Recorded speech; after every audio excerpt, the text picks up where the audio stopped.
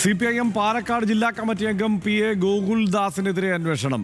പണപ്പിരിവിൽ ക്രമക്കേട് നടത്തിയെന്ന പരാതിയിൽ അന്വേഷണം നടത്താൻ പാർട്ടി രണ്ടംഗ കമ്മീഷനെ നിയോഗിച്ചു. ജില്ലാ സെക്രട്ടേറിയറ്റിലേക്ക് മത്സരിച്ചതിന്റെ പ്രതികാരമാണ് എന്ന് ഗോകുൽദാസ് അനുകൂലികൾ ആക്ഷേപം ഉന്നയിച്ചിട്ടുമുണ്ട്. പ്രസാദ് ഉടുമ്പിശ്ശേരി ഈ വാർത്തയുടെ വിശദാംശങ്ങളുമായി ചേരുകയാണ്. പ്രസാദ്, തൊട്ടു മുമ്പ്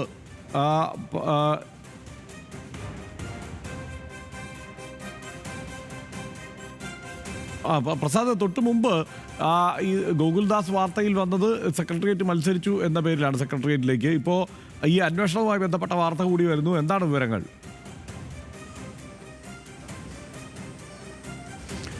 ഹർഷൻ, ഇത് തീർച്ചയായും ഇത് ഗോകുൽദാസ് കഴിഞ്ഞ സെക്രട്ടേറിയറ്റിലേക്ക് മത്സരിച്ചത് കൊണ്ട് തന്നെയുള്ള പ്രതികാരം എന്നതാണ് ഇപ്പോൾ ഗോകുൽദാസിനെ അനുകൂലിക്കുന്ന ആളുകൾ പറയുന്നത്.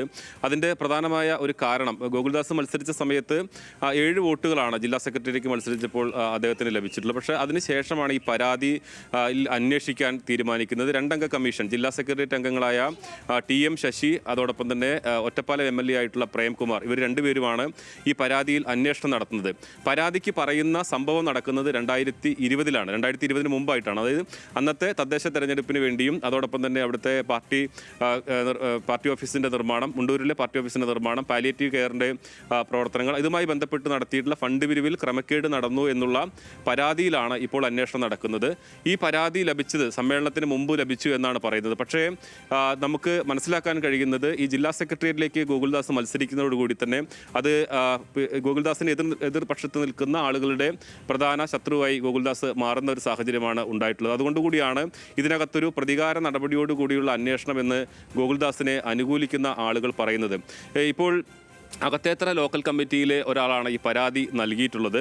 ഈ പരാതി നൽകിയ ആൾക്കെതിരെ ആക്ഷേപം ഉയർന്നിട്ടുണ്ട്. അകത്തേത്തറയിലെ അവിടുത്തെ പാൽ സൊസൈറ്റിയുമായി ബന്ധപ്പെട്ടുകൊണ്ട് വലിയ തോതിൽ 2 കോടിയിലധികം രൂപയുടെ ക്രമക്കേട് നടന്നു എന്നുള്ള ഒരു ആരോപണം നേരിടുകയും അതിനകത്ത് അന്വേഷണം നടക്കുകയും ചെയ്യുന്നുണ്ട്. അപ്പോൾ ഇതിനെ മറച്ചുവെക്കാനാണ് ഗോകുൽദാസിനെതിരെ, അവിടുത്തെ മുണ്ടൂർ ഏരിയ കമ്മിറ്റിക്ക് കീഴിൽപ്പെടുന്ന പ്രദേശമാണ്, അതുകൊണ്ട് തന്നെ അതിൽ ശക്തമായ നിലപാടെടുത്ത ഒരാളാണ് ഗോകുൽദാസ്. അപ്പോൾ ഗോകുൽദാസിനെതിരെ ഇയാൾ പരാതി നൽകുകയാണ് ഉണ്ടായിട്ടുള്ളത് എന്നാണ് മനസ്സിലാക്കാൻ കഴിയുന്നത്. എന്തായാലും വരും ദിവസങ്ങളിൽ ഇത് CPM-നകത്തൊരു വലിയ ചർച്ചയായി തീരുമെന്നുള്ളതാണ്.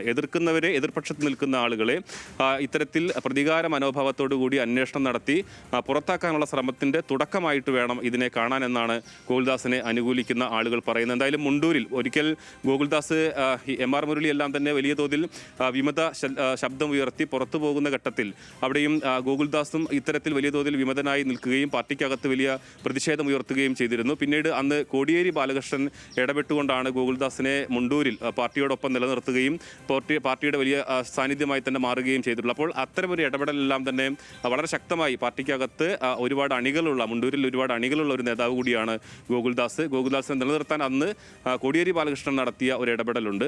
അത് VS-നോടൊപ്പം നിൽക്കുന്ന ഒരാളായിരുന്നു ഗോകുൽദാസ്. എന്തായാലും ഇപ്പോൾ ഗോകുൽദാസ് സെക്രട്ടേറിയറ്റിലേക്ക് മത്സരിച്ചു എന്നൊരൊറ്റ കാരണത്താൽ അദ്ദേഹത്തിനെതിരെ അന്വേഷണം നടത്തി പുറത്താക്കാനുള്ള ഒരു നടപടി വരുന്നു എന്നുള്ളതാണ് അദ്ദേഹം പറയുന്നത്. എന്നാൽ പാർട്ടിയുമായി ബന്ധപ്പെട്ട ആളുകൾ പറയുന്നത് നേരത്തെ ലഭിച്ച പരാതിയാണ്, സമ്മേളനമായതുകൊണ്ടാണ് അത് അന്വേഷണം നടക്കാതെ വന്നത്. പക്ഷേ സമ്മേളന നടപടികളെല്ലാം തന്നെ ഇപ്പോൾ പൂർത്തിയായ ഘട്ടത്തിലാണ് അതിനകത്ത് അന്വേഷണം നടത്തുന്നതെന്നാണ് പാർട്ടിയുമായി ബന്ധപ്പെട്ട ആളുകൾ പറയുന്നത്. പ്രസാദ് ഉടുമ്പിശ്ശേരിയാണ് വിവരങ്ങൾ നൽകിയത്. ഗോകുൽദാസിനെതിരെയാണ് അന്വേഷണം. എന്തായാലും പാലക്കാട്ടെ CPIM വിഭാഗീയതയുമായി ബന്ധപ്പെട്ട് തുടർന്നുള്ള ദിവസങ്ങളിൽ സ്വാഭാവികമായും വാർത്തയായേക്കാവുന്ന, ആ നിലയ്ക്ക് വളർച്ചയുണ്ടാവാൻ സാധ്യതയുള്ള ഒരു സംഗതി തന്നെയാണ് ഇത്.